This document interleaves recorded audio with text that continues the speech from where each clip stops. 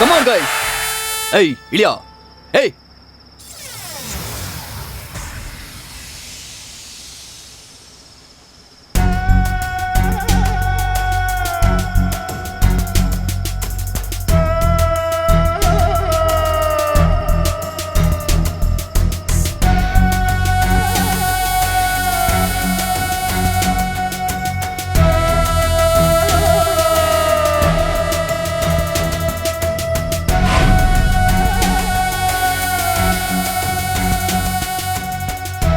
Sir ಅವನು ಸುಟ್ಟಾಕಿ sir ಇಲ್ಲೇ.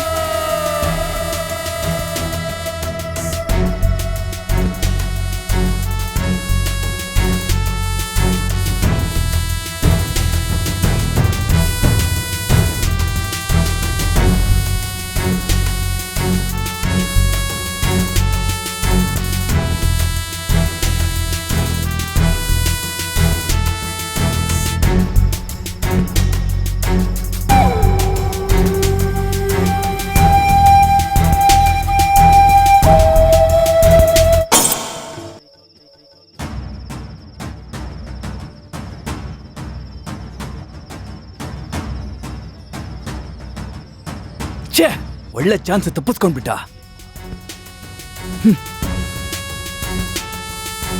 Sir ಹೆಂಗೋ ಈ ವಿಷಯ ನಡೆದ್ಮೇಲೆ ಅವ್ನು ಹುಷಾರಾಗಿ ಬಿಡ್ತಾನೆ ಸರ್. ಇನ್ನು ಆ ಕಲಿವರ್ಧನ ಲಾಕ್ ಮಾಡೋದು ತುಂಬಾ ಕಷ್ಟ. ನಾವೇನಾದ್ರೂ ಮಾಡಿ ತಪ್ಪು ಮಾಡ್ಬಿಟ್ವಿ ಸರ್. ನಾವು ಆನೆ ಬೇಟೆ ಆಡೋ ಮೊದಲು ಮೊಲನ್ ಬೇಟೆ ಆಡಬೇಕಾಗಿತ್ತು. ಮೊಲನ ಸ್ವಲ್ಪ ಫ್ರೀಯಾಗಿ ಬಿಟ್ಟಿದ್ದಕ್ಕೆ ಆನೆಗೆ ಮದ ಹತ್ತಿ ಎಸ್ಕೇಪ್ ಆಗೋಯ್ತು. ರಮೇಶ್ ಸರ್, ಇನ್ಯಾವ ಸಮಸ್ಯೆನೂ ಬರಲ್ಲ. ಮೊಲನ ನಮ್ಮ ಡಿಪಾರ್ಟ್ಮೆಂಟ್ಗೆ ಹೇಳಿ ಗೂಡಲ್ಲಿ ಹಾಕೋಣ. ಗೈಸ್, ಡಿಸ್ಕವರಿಲ್ ಬರೋ ಇಲಿ ಮತ್ತೆ ಬೆಕ್ಕಿನ ಕತೆ ಮಾತಾಡಿ ಪ್ರಯೋಜನ ಇಲ್ಲ. ಅವನನ್ನ ಹಿಡಿಯೋದೇ ಮುಖ್ಯ.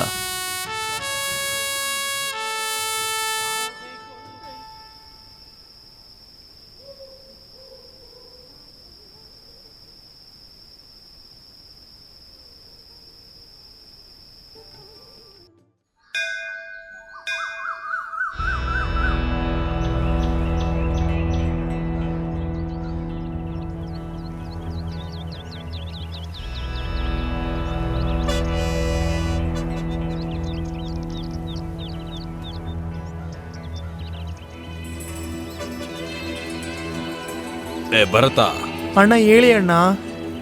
ಇನ್ಮೇಲೆ ನೋಡ್ಕೊಂಡು ಹುಷಾರಾಗಿರ್ಬೇಕು. ಇಲ್ಲ ಅಂದ್ರೆ ನಾವೆಲ್ಲ ಸಮಾಧಿನೇ. ಪೊಲೀಸರು ನಮ್ಮನ್ನ ನಾಯಿ ತರ ಹುಡುಕ್ತಿದ್ದಾರೆ. ಇನ್ಮೇಲೆ ಮನೆ ಕೆಲಸ ಅಂತ ನಾವಾಗೋ ಎಲ್ಲ ಜಾಗನೂ ಬದಲಾಯಿಸ್ಬೇಕು. ಗೋಪಾಲ, ಅಯ್ಯ, ನಮ್ ಶೆಲ್ಟರ್ನ ರೆಡಿ ಮಾಡೋ. ಒಂದ್ ಕೈ ನೋಡ್ಬಿಡೋಣ. ಸರಿ ಅಯ್ಯ. ಏನ್ ರಾಜ, ಅರ್ಥ ಆಯ್ತಾ? ಅರ್ಥ ಆಯ್ತಣ್ಣ. ಆಟ ಅಲ್ಲಾಡೋಣ.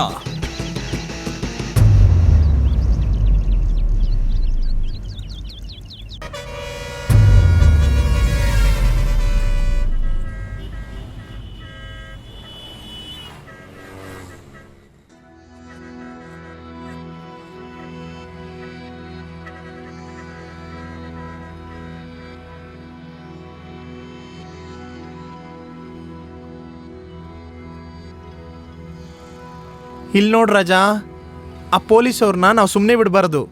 ಅಣ್ಣನ ಮನ್ಸನ್ನ ತುಂಬಾ ನೋವು ಮಾಡಿಬಿಟ್ರು. ಅಣ್ಣ ಮಾಡಿರೋ ಕೆಲ್ಸಕ್ಕೆ ಪೊಲೀಸವರು ಅಭಿಷೇಕ ಮಾಡಿ ಆಹಾರನ ಹಾಕ್ತಾರೆ. ಏನೋ ಮಾತಾಡ್ತಾ ಇದೀಯಾ?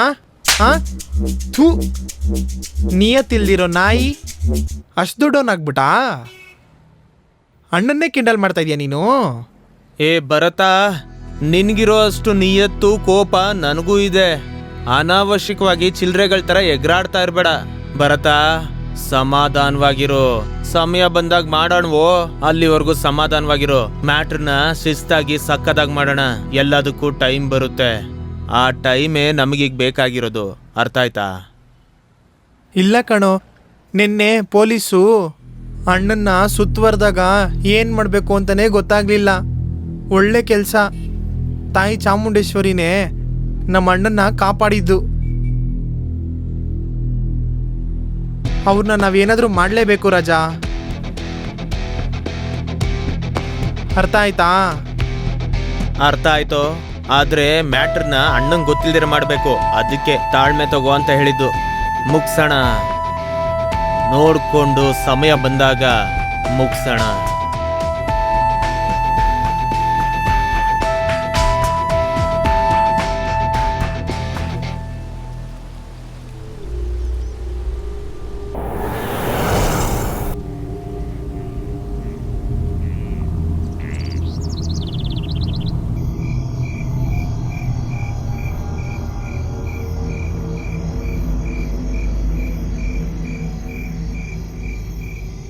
ಅಣ್ಣ ಆ ಪೊಲೀಸ್ನ ಸುಮ್ಮನೆ ಬಿಡಬಾರ್ದು ಕಣಣ್ಣ. ನಿನ್ನಣೆಗೆ ಗನ್ನಿಟ್ಟ ಅವನ ಸುಮ್ಮನೆ ಬಿಟ್ರೆ ಆಗುತ್ತಣ್ಣ? ಭರತ ಸುಮ್ಮನೆ ಇರು. ಊರಿಗೆ ದೊಡ್ಡ ತಲೆ ಅಂತ ಹೇಳಿದ್ರೆ ತಲೆಗೆ ಅಪಾಯ ಬರುತ್ತೆ, ಪ್ರಾಣಕ್ಕೆ ಆಪತ್ತು ಬರುತ್ತೆ. ಸ್ವಲ್ಪ ತಡ್ಕೋ, ಮುಗ್ಸೋಣ. ಆ ಸಮಯ ನಮಗೆ ಬಂದೇ ಬರುತ್ತೆ. ನಾವು ಎಂಜಿನ್ನ ಮೇಲೆ ಕೂಗಿದ್ರೆ ಅದು ನಮ್ಮ ಮೇಲೇನೆ ಬೀಳೋದು. ಇಲ್ಲ ಅಣ್ಣ, ಊರಲ್ಲಿರೋ ಹುಡುಗರನ್ನ ಕರೆಸಿ ಅವನ್ನ ಮುಗ್ಸೋಣ. ಆಗ್ಲೇ ನಾವ್ ಯಾರು ಅಂತ ಗೊತ್ತಾಗೋದು. ಜೊತೆಲಿ ಭಯನೂ ಇರುತ್ತೆ. ಶಂಕ ನಮ್ಮ ಕೈಯಲ್ಲೇ ಇದೆ.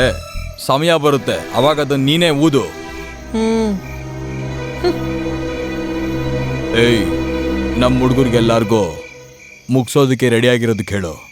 ಸಿಗ್ನಲ್ ಯಾವಾಗ ಕೊಟ್ರೋ ಮುಗ್ಸೋಕ್ಕೆ ರೆಡಿಯಾಗಿರ್ಬೇಕವ್ರು. ನಾವುಗಳ ಪೊಲೀಸ ಅಂತ ಒಂದು ಕೈ ನೋಡೇ ಬಿಡೋಣ.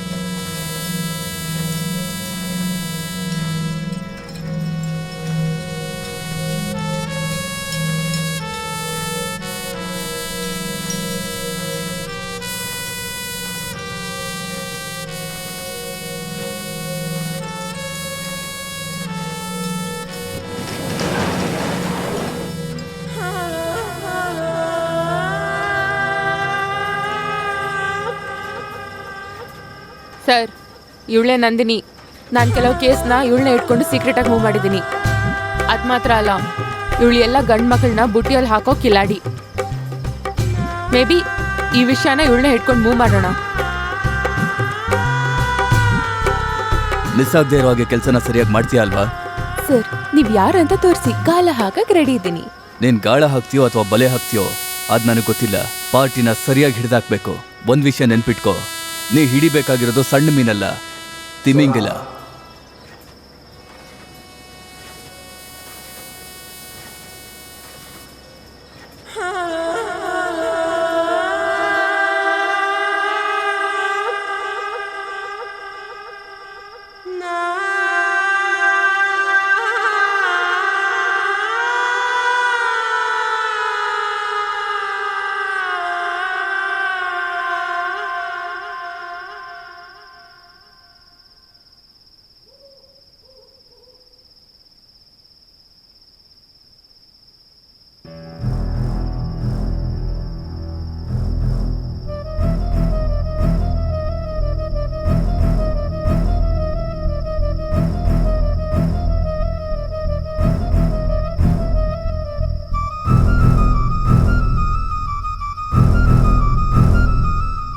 ಅವನೇ ಕಲಿವರ್ಧನ್.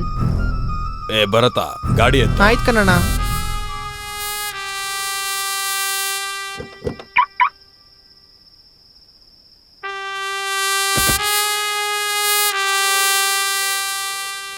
ಈ ಕೇಸ್ A1 ಅವನ್ನೇ ಫಾಲೋ ಮಾಡಬೇಕು.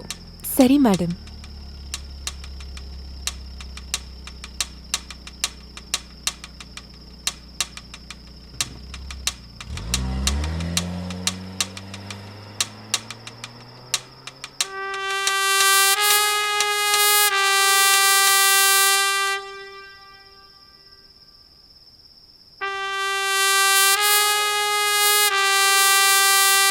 ಹಲೋ, ಫೋನಲ್ಲಿ ರೂಮ್ ಬುಕ್ ಮಾಡಿದೆ, ಕೀ ಕೊಡಿ.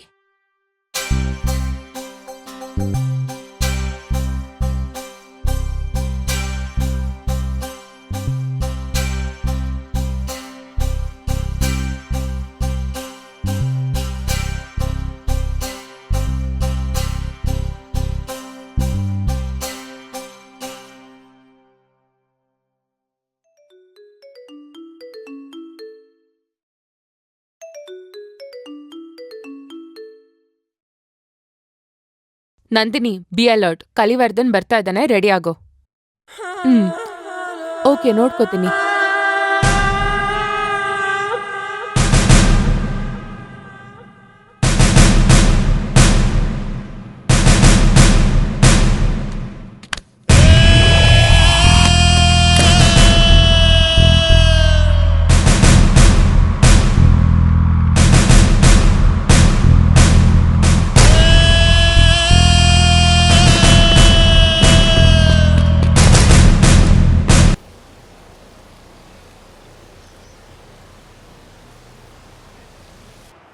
ಕರ್ನಾಟಕದಲ್ಲಿ ಹಲವೊಂದು ಕಡೆ ತುಂಬಾನೇ ಹೆಸರುವಾಸಿ ಆಗಿರುವಂತಹ, ತುಂಬಾನೇ ಬೆಳೆ ಬಾಳುವಂತಹ ದೇವರ ವಿಗ್ರಹಗಳು ಕೆಲವು ದಿನದಿಂದ ತುಂಬಾನೇ ಕಳ್ಳರ ಗುಂಪಿಂದ ಬೇರೆ ದೇಶಕ್ಕೆ ಕಳ್ಸಿಕೊಡೋದು ತುಂಬಾನೇ ಮಾಮೂಲಿ ಆಗಿದೆ. ಇದೇ ತರ ತುಂಬಾ ವಿಗ್ರಹಗಳು ಅದನ್ನ ವಾಪಸ್ ಪಡೆಯಕ್ಕೆ ಪೊಲೀಸ್ ಅವರು ಯಾವುದೇ ಕ್ರಮ ತೆಗೆದುಕೊಳ್ಳುತ್ತಿಲ್ಲ. ಈ ವಿಚಾರಣೆ ಬಗ್ಗೆ ಆಲೋಚನೆ ಕೂಡ ಮಾಡುತ್ತಿಲ್ಲ. ಜನರ ಮಧ್ಯೆ ತುಂಬಾ ಕೋಪವನ್ನು, ಗಾಯವನ್ನು ಉಂಟು ಮಾಡಿ ಫೇಸ್ಬುಕ್, ವಾಟ್ಸ್ಆಪ್ ಹಾಗೂ ಟಿವಿಯಲ್ಲೂ ಪೊಲೀಸ್ ವಿರುದ್ಧವಾಗಿ ಜನರ ಧ್ವನಿ ತುಂಬಾನೇ ಬರ್ತಾ ಇದೆ. ITV ನ್ಯೂಸ್ ಇಂದ ನಾನ್ ನಿಮ್ ನಿಶಾ. ಮಾಣಿಕ್ಯವೇಲ್, ಏನಿದು? ನಿಮ್ಮೇಲೆ ನಂಬಿಕೆ ಇದ್ದಿದ್ದಕ್ಕೆ ತಾನೆ CBIಗೆ ಹೋಗುವಂತಹ ಈ ಕಲಿವರ್ಧನ್ ಕೇಸ್ನ ನಿಮ್ಗೆ ಅಂತ ಕೊಟ್ಟಿದ್ದು. ಸರ್, ನಾವು ಹತ್ರನೇ ಇದ್ದೀವಿ. ನೆಕ್ಸ್ಟ್ ಅವನನ್ನ ಲಾಕ್ ಮಾಡೋದಷ್ಟೇ ಬಾಕಿ. ಇನ್ನೊಂದು ಸ್ವಲ್ಪ ಟೈಮ್ ಕೊಡಿ, ಆಮೇಲೆ ಕಳಿವರ್ಧನ್ಗೆ ಜೈಲಿನ ಮುದ್ದೆನೇ ಗ್ಯಾರಂಟಿ. ಮಾಣಿಕ್ಯವೇಲ್, ನಮ್ಮ ದೇಶದ ಸಂಪತ್ತನ್ನ ಅವ್ರ ದೇಶಕ್ಕೆ ಅವರು ಕದ್ಕೊಂಡು ಹೋಗಿ ಆ ತರದ್ರಲ್ಲಿ ದುಡ್ಡು ಮಾಡೋ ಗ್ರೂಪ್ ಅನ್ನ ನಾವು ಆಚೆ ಓಡಾಡೋದಕ್ಕೆ ಬಿಟ್ವಿ ಅನ್ಕೊಳ್ಳಿ, ಆಮೇಲೆ ನಮ್ಮ ಇಡೀ ಊರ್ನ ಸರ್ವನಾಶ ಮಾಡಿ ಮಾರ ಹಾಕ್ಬಿಡ್ತಾರೆ. ನಮ್ಮ ದೇಶದ ದೇವರ ವಿಗ್ರಹಗಳ ಬೆಲೆ ಆ ನಾಯಿಗಳಿಗೇನ್ ಸರ್ ಗೊತ್ತಿದೆ? ಅದಕ್ಕೆ ಇದ್ರ ಬೆಲೆ ಗೊತ್ತಿರೋ ವಿದೇಶದವರು ಇವರನ್ನ ಯಾಮರ್ಸಿ ದುಡ್ಡು ಕೊಟ್ಟು ಇವ್ರ ಹತ್ರ ತಗೋತಾ ಇದ್ದಾರೆ. ಈ ನಾಯಿಗಳು ದುಡ್ಡಿಗೋಸ್ಕರ ಏನ್ ಕೆಲಸ ಬೇಕಾದ್ರೂ ಮಾಡ್ತಾರೆ. ಇವರನ್ನ ಕರೆಕ್ಟ್ ಆಗಿ ಸ್ಕೆಚ್ ಹಾಕಿ ಎತ್ತೋ ಅಂತ ಟೈಮಲ್ಲಿ ಎತ್ ಬಿಡ್ಬೇಕು ಸರ್. ಇವರನ್ನ ಯಾವಾಗ ಎಲ್ಲಿ ಎತ್ತಬೇಕೋ ಅಲ್ಲಿ ಎತ್ತುತ್ತೀರಿ ಸರ್.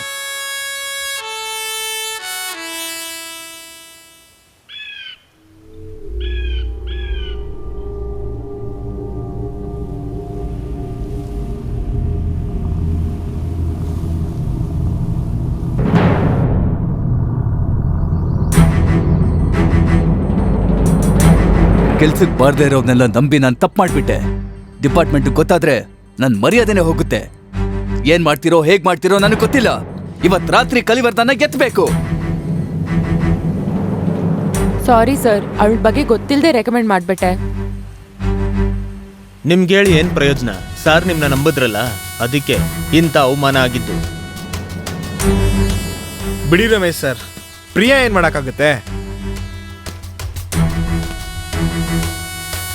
ಆ ಹೆಣ್ಣನ್ನ ನಂಬಿ ಪ್ಲಾನ್ ಮಾಡಿದ್ದು ತಪ್ಪು ಅಂತ ಈಗ ಗೊತ್ತಾಗ್ತಿದೆ. ಇವನ್ಗೆ ಬೇರೆ ಸ್ಕೆಚ್ ಹಾಕ್ಬೇಕು. ನಾನ್ ನಿಮ್ಗೆ ಅವತ್ತೇ ಹೇಳಿದ್ನಲ್ಲ, ಹಿಡಿಬೇಕಾಗಿರೋದು ತಿಮಿಂಗ್ಲನ.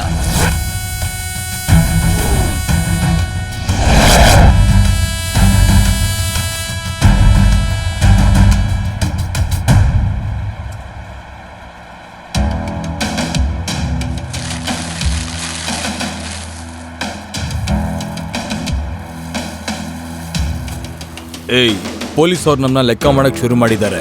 ಲೆಕ್ಕ ಬರೆಯೋನ್ಗೆ ಎಲ್ಲ ಲೆಕ್ಕಗಳನ್ನ ಕರೆಕ್ಟ್ ಆಗಿ ಬರೆಯೋದಕ್ಕೆ ಹೇಳೋ. ಇನ್ಮೇಲೆ ಇನ್ಕಮ್ ಟ್ಯಾಕ್ಸ್ ಎಲ್ಲ ಬೇರೆ ಯಾರು ಬಂದ್ರು ಸರಿ, ಅವ್ರ ಕೈಗೆ ಒಂದು ಹುಲ್ ಕಡ್ಡಿನೂ ಕೂಡ ಸಿಗಬಾರ್ದು. ಅಣ್ಣ, ನೀವು ಯೋಚನೆ ಮಾಡಬೇಡಿ ಅಣ್ಣ, ನಿಮಗೋಸ್ಕರ ನಾವಿದ್ದೀವಿ. ನಮ್ಮ ಕುಟುಂಬ ಕುತ್ಕೊಂಡು ಊಟ ಮಾಡ್ತಿದ್ದೀವಿ ಅಂದರೆ ಅದಕ್ಕೆ ನೀವೇ ಕಾರಣ ಅಣ್ಣ. ನಿಮ್ಮ ಮೇಲಿರೋ ವಿಶ್ವಾಸಕ್ಕೆ ಈ ಬರೋತ್ತು ಉಸಿರೇ ಕೊಡ್ತಾನೆ ಕಣಣ್ಣ.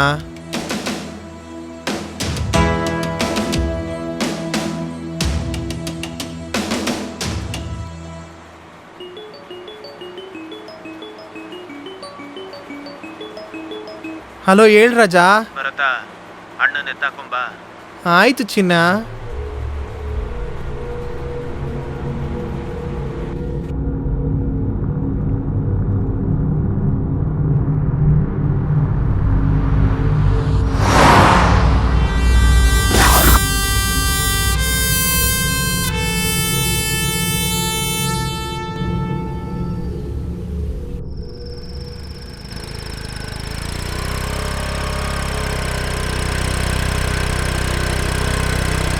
ಏ ಅಪ್ಪೇ, ಯಾರ ಮೇಲೆ ಕೈ ಇಡ್ತಾ ಇದ್ಯಾ? ಅಷ್ಟೇ, ಇವಾಗ ನೋಡ್ಕೋ. ಮೇಲ್ ಕೈ ಇಟ್ ನೋಡು ಅಷ್ಟೇನೆ. ನಾನು ಹೇಳ್ತಾ ಇದ್ದೀನಿ ತಾನೆ, ಏನೋ ನಿಂದು? ಯಾರು ನೀವು? ಇಲ್ಲೇನ್ ಮಾಡ್ತಿದ್ದೀರಾ? ಕುಡ್ದ್ಬಿಟ್ಟು ಗಲಾಟೆ ಮಾಡ್ತಿದ್ದೀರಾ? ಆ, ಏಯ್ ನೀನ್ ಯಾವಳ ಇದನ್ ಕೇಳೋದಕ್ಕೆ? ಏನ್ ಗುರಾಯಿಸ್ತಾ ಇದೀಯಾ? ಹೊಡೆದು ಮೊಕ ಕಿತ್ತಾಕ್ಬಿಡ್ತೀನಿ. ಮಗ ನಮ್ಮ ಏರಿಯಲ್ಲೇನಾ? ಅಷ್ಟೇ ಆಮೇಲೆ ಪೊಲೀಸ್ ಗಾಡಿ ಕಣೋ, ಸ್ವಲ್ಪ ನೋಡು. ಯಾರ ಹತ್ರ ಸೌಂಡ್? ಅಯ್ಯೋ ನಿನ್ನ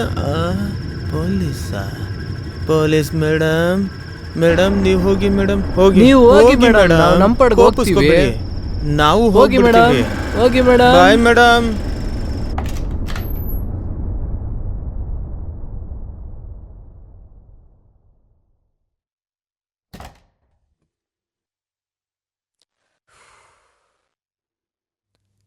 ಅಯ್ಯೋ,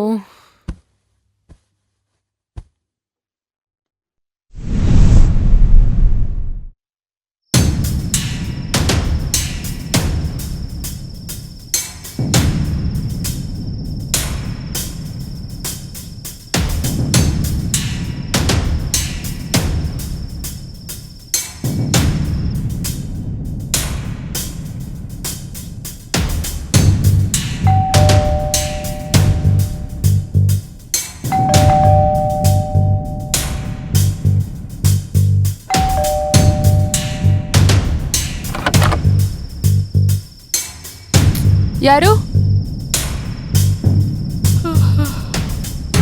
ಯಾರಂತ ಕೇಳ್ತಿದ್ದೀನಲ್ಲ. ಯಾರು ಇಷ್ಟರಲ್ಲಿ ಬಾಗಿಲು ತಟ್ಟಿರೋದು?